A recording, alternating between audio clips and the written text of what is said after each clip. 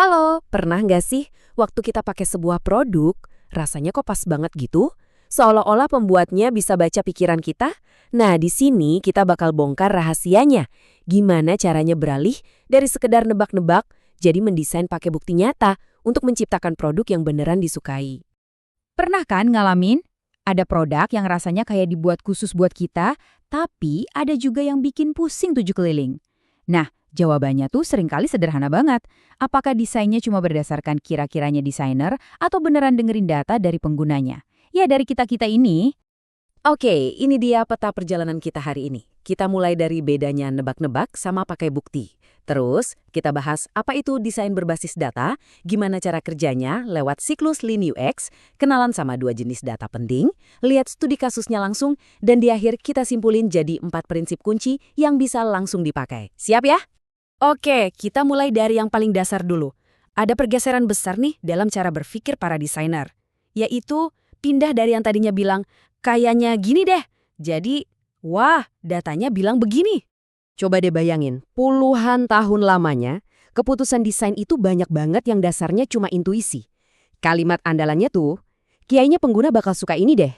Atau, firasatku bilang mereka butuh fitur ini. Kedengeran familiar kan? Masalahnya, intuisi itu ya bisa salah banget. Hasilnya, produk yang bikin kita frustrasi atau malah nggak kepake sama sekali. Tapi untungnya kita nggak perlu lagi main tebak-tebakan. Sekarang ada cara yang jauh lebih cerdas, sebuah pendekatan yang benar-benar menempatkan kita, para pengguna, sebagai pusatnya, dan pakai bukti sebagai kompas utamanya. Nah, ini dia intinya, desain berbasis data. Sederhananya, ini adalah pendekatan di mana keputusan desain itu dibuat berdasarkan data beneran dari pengguna, bukan lagi sekedar asumsi, apalagi intuisi. Coba bayangin gini deh, daripada kita membangun produk di atas fondasi asumsi yang, ya ampun, bisa ambruk kapan aja, data itu ngasih kita fondasi batu yang super kokoh. Fondasi ini isinya fakta, fakta objektif tentang apa yang beneran kita, para pengguna, lakuin dan mau. Oke, teorinya udah dapat. Terus, gimana cara prakteknya? Nah, jawabannya ada di sebuah kerangka kerja yang simple tapi powerful banget. Namanya Lean UX. Lihat deh siklusnya. Kelihatannya simple banget kan? Intinya cuma 3 langkah ini aja. Pikirkan, buat, dan periksa. Anggap aja ini kayak mesin belajar yang muter terus, nggak pernah berhenti, buat bikin produknya jadi makin bagus. Pertama, kita masuk tahap pikirkan. Ini bukan ngelamun ya. Di fase ini, tim benar-benar riset, analisis data yang udah ada, terus bikin hipotesis atau dugaan. Contohnya, kami yakin pengguna butuh cara login yang lebih cepat. Habis itu, kita buat. Nah, yang penting di sini, kita nggak langsung bikin produk jadi 100%. Kita cuma bikin sesuatu yang cukup buat ngetes hipotesis kita tadi. Bisa jadi cuma sketsa di kertas, prototipe yang bisa diklik, atau versi super awal dari sebuah fitur. Dan terakhir, kita periksa.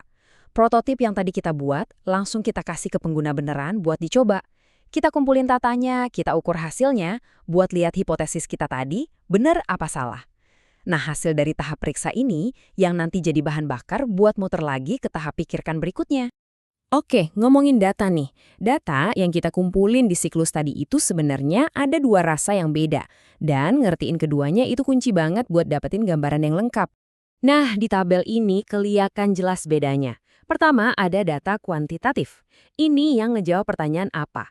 Contohnya 70% pengguna berhenti di tengah jalan pas daftar. Ini angka, ini fakta.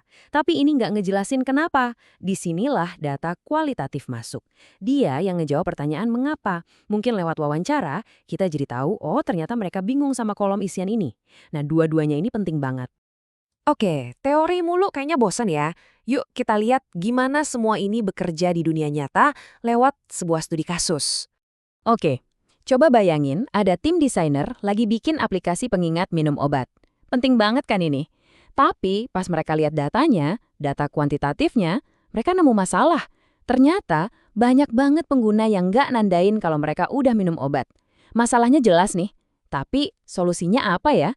Nah, tim ini langsung pakai siklus Lean UX. Mereka mulai dari tahap pikirkan dengan bikin hipotesis simple. Gimana kalau kita tambahin notifikasi visual yang lebih ngejreng? Terus, mereka buat prototipe dengan fitur baru itu. Dan terakhir, mereka periksa dengan melakukan A/B test buat ngukur dampaknya secara objektif. Simpel kan? Cara ngujinya juga simpel banget. Mereka ambil 100 pengguna, terus dibagi 2 grup. Grup A pakai aplikasi versi lama yang tanpa notifikasi baru. Sementara grup B dapat versi yang udah ada notifikasi visualnya. Udah, tinggal gitu aja. Sekarang mereka tinggal duduk manis, nunggu, dan ngukur hasilnya. Dan hasilnya, wah, data yang masuk nunjukin sesuatu yang benar-benar signifikan. Luar biasa! Ternyata grup yang dapat notifikasi visual baru itu tingkat kepatuhannya naik sampai 25%. Ini bukan lagi soal kayanya atau firasat. Ini fakta. Angka, bukti nyata kalau hipotesis mereka itu benar. Dari semua pembahasan dan studi kasus tadi, ada 4 prinsip inti yang bisa kita bawa pulang, supaya kita bisa bikin desain yang jauh lebih baik. Prinsip pertama, dan ini yang paling penting, selalu bikin keputusan desain berdasarkan bukti bukan asumsi. Biasain tanya ke diri sendiri, oke, bukti apa yang gue punya buat ngedukung keputusan ini? Kedua, ingat ya, data itu bukan buat gantiin empati. Justru sebaliknya, data itu memperkuat empati kita. Dengan data, kita jadi punya pemahaman yang lebih dalam dan objektif soal apa sih yang dibutuhin dan apa yang bikin pengguna frustrasi. Prinsip ketiga, efisiensi. Nggak usah buang-buang waktu dan duit buat bikin sesuatu yang super ribet cuma buat ngetes satu ide. Cari cara paling cepat dan paling murah buat dapat jawaban dari data. Dan yang terakhir, jangan takut gagal, justru rangkul kegagalan itu. Di dunia desain berbasis data, gagal itu bukan akhir dari segalanya, tapi justru kesempatan buat belajar. Makin cepat kita nguji, gagal, dan belajar, ya makin cepat juga kita nemuin solusi yang bener-bener cespleng. Nah, sebagai penutup, coba deh kita renungin bareng-bareng. Apa ya satu hal aja dalam hidup kita yang kira-kira bisa jadi lebih baik kalau pakai pendekatan desain berbasis data?